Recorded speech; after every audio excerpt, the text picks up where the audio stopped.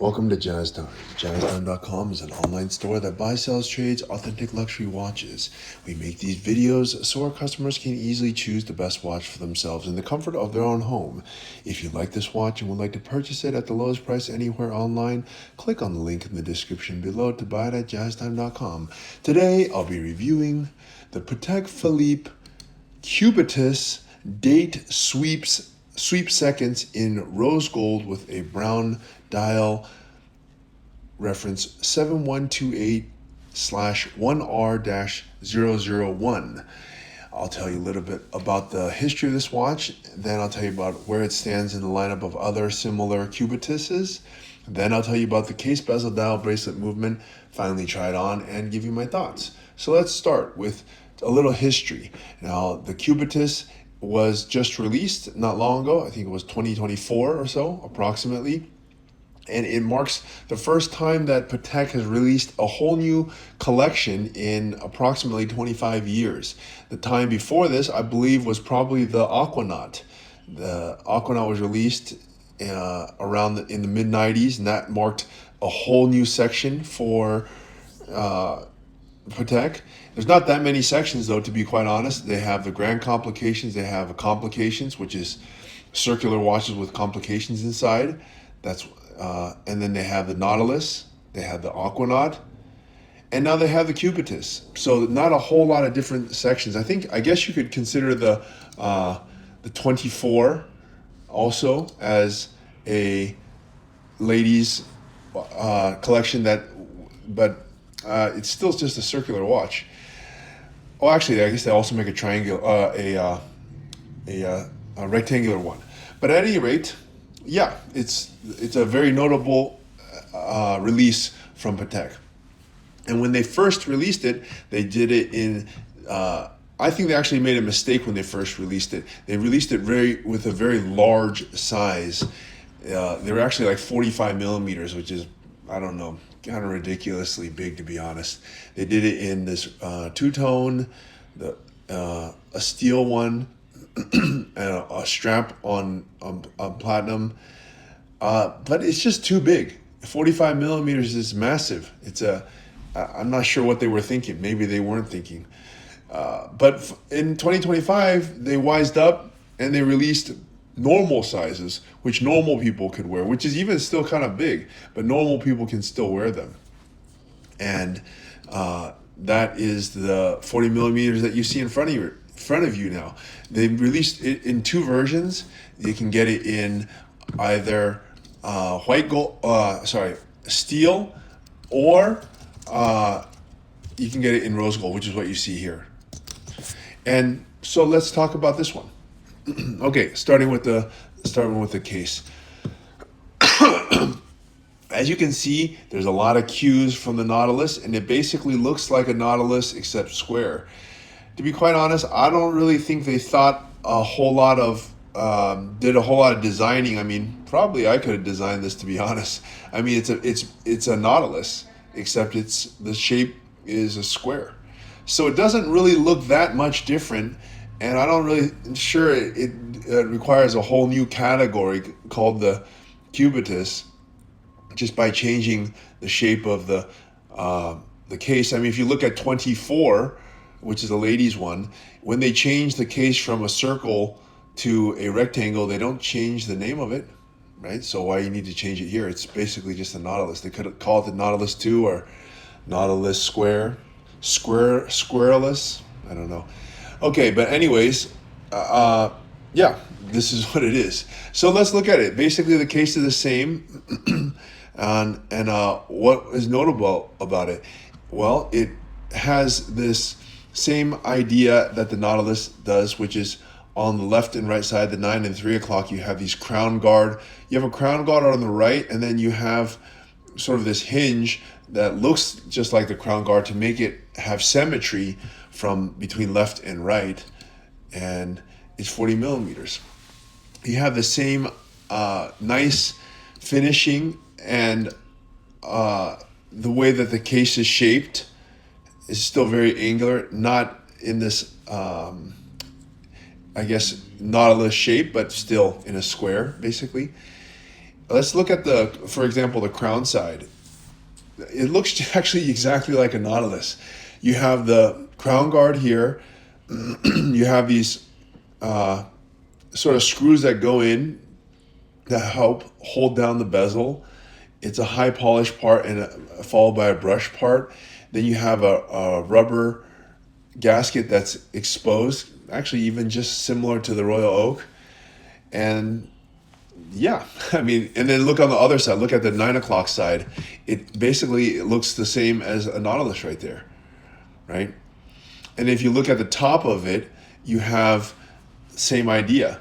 You have this beveled edge, satin finish top, and it goes down, looks just like a Nautilus. Let's look at the bezel here, which is the main difference. This one is a square, as you see, but you know, it actually has a square with soft lines, making it actually kind of octagonal, you know, but mostly square. And they kind of round off the edges here to make it look less square-like, but still is. You have a beveled edge on the bezel, this satin finish top right there. And so, yeah, quite nice, right? Okay, and let's look at the dial here. Now, in typical Nautilus form, they kept the same wave pattern. They call it a horizontally embossed, but on the ladies' ones, it's actually a wave, but here it's straight lines. But they actually end up kind of looking wavy if you look at it long enough. Okay, but let's look at the hour markers. It's rose gold applied hour markers that have luminescent on them. They have the baton hands. And then you have a date at the 3 o'clock position. So, I mean, I wish I could say and describe a whole lot more to you, but it's just a Nautilus. It's a Nautilus that is not shaped the same way. It's shaped like a square. And the bracelet is even the same.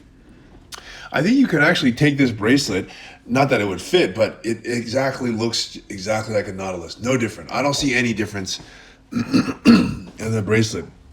It has its high polished center links brushed down the side, and then you have a beveled edge down the extension of the bracelet so that it looks like an integrated watch, which is exactly how the Nautilus looks nowadays. And if you look at the buckle, you get this easy link, or I guess in Rolex terms, it would be comfort extension. It allows you to adjust the clasp or the length of the bracelet without having to use any tools. It has a new style bracelet, very nice. Let's look at the movement. Now look, you would think that they made a different movement for it, considering that the case is different, but they didn't. It's actually a 26-330 SC movement. It's the same movement that Patek uses in all of their date watches. So if it has a date and hacking seconds, then they use this movement. This is their classic movement. So they didn't even bother changing the movement. So really the only thing that is changed, the bracelet's not changed, the movement's not changed. The only thing that has changed is the shape of the head. Now, I think they could have done something more interesting on their first square and only square watch, but they didn't. They made it basically Nautilus. But I guess that's not a bad thing, because you know what? The Nautilus is their most desirable line, and to model something after it is not a bad thing. And you know, the secondary market speaks for itself, and you can't hide from the secondary market. So this watch is going to retail. Oh, well, I'll get to that in a little bit. Before I go there, we should probably talk about this movement and a little bit more in detail. As I told you, it's the same that they use in all other ones, but it has a nice gold rotor. And the difference on this gold rotor is that the lines go through it, match the dial, which is pretty cool. It's a horizontal motif. You don't see that in other ones. So they did do something different on this. They put these horizontal motif on the rotor. The rest of it all looks the same. The horizontal finishing on the movement, the balance wheel, all that looks classic Patek and looks fantastic. Okay, so let's try this watch on and give you my thoughts. Now, my thoughts are for a watch that retails at 85,000 and trades on the secondary market for double that, around 150, 160, 170, even more, up to 200,000. The watch must have a lot of secondary market desirability because it's basically a Nautilus. So it has that very unique look, and in some ways you could say Patek is genius for using the same design and making you buy a Nautilus. They can't keep selling the same Nautilus, so they make the Cubitus.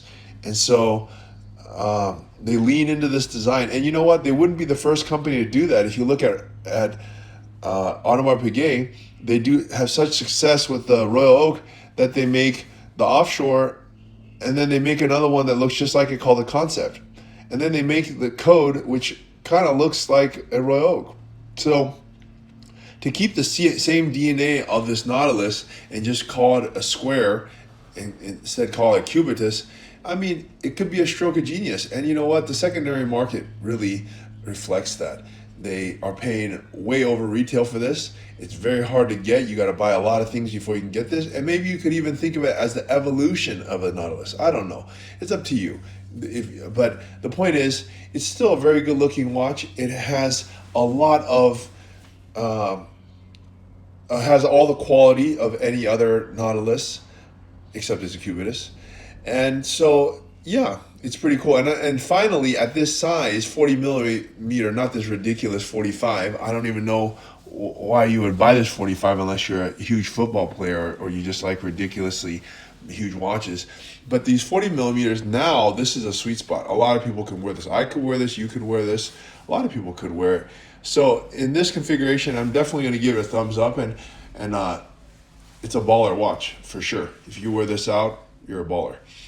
So look, if you want to buy this at the lowest price anywhere online, you can't get it at your authorized dealer unless you have a massive spend history. So the only really way to get it is on the secondary market, and we can get it for you right away. No waits, no games, nothing. Just pay market price, wire us. So if you want to buy at the lowest price anywhere online, click on the link in the description below to buy it at giantcom.com. If you want to find out more about the watch you just saw in the video, you can just click below on Show More to see the full description. Then you can check the link next to Model as seen in video, click on it and you will get to the proper page where you can see all the details. If you're watching on a mobile phone, you have to click on the arrow down on the right hand side below the video to see the full description. If you like this video, please give us a thumbs up. If you would like to share this video with your friends, you can use the share button below and share it on any platform you like. If you have questions, constructive feedback, want to tell us about some mistakes or misspeaks, just write a comment below. If you want to see more videos like this, you should subscribe to our channel and visit our channel page where you can find all the videos. And if you're interested in a specific watch brand, you can check out our playlists. If you want to check the price for a watch or want to buy one, remember at jazztime.com you always get a steep discount, so you should check the prices with us. If you want to know the price for a specific watch, just go to Google, type in JazzTime, plus the brand, model and the details you're interested in, and Google will find the right page for you. Thank you for watching.